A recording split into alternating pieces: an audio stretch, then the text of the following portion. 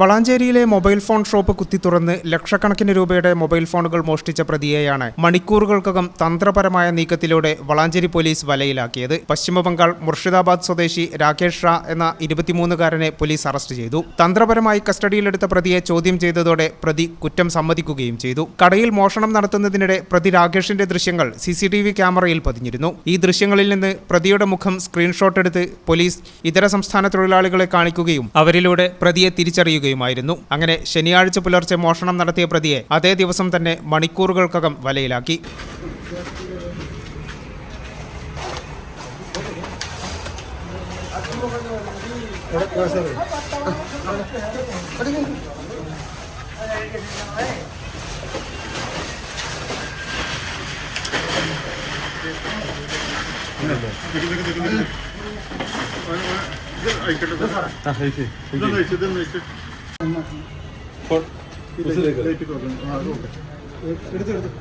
निकालो फोन निकालो उस साइड से एक फोन से निकालो ये भी चेक करो इसको इधर इसमें रखो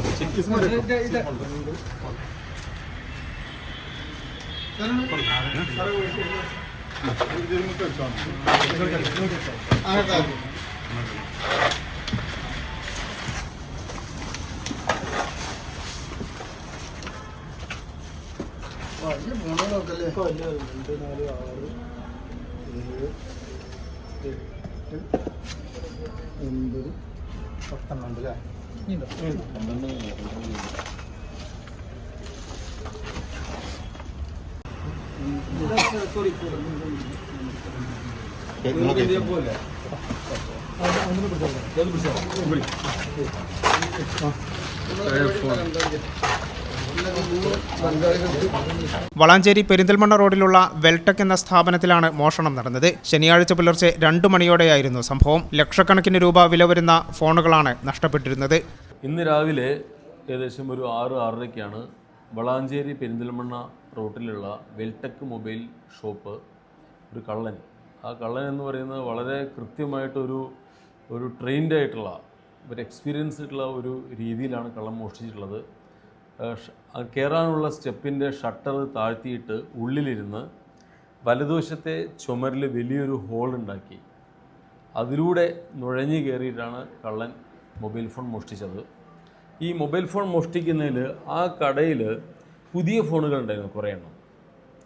അതേപോലെ തന്നെ സെക്കൻഡ് ഹാൻഡ് ഫോണുകൾ ഒരു 10 ഉണ്ടായിരുന്നു.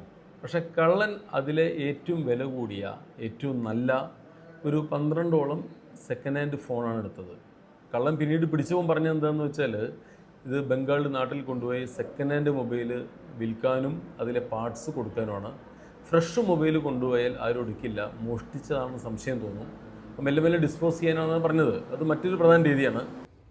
ഈ ചാനൽ ന്യൂസ് വളാഞ്ചേരി.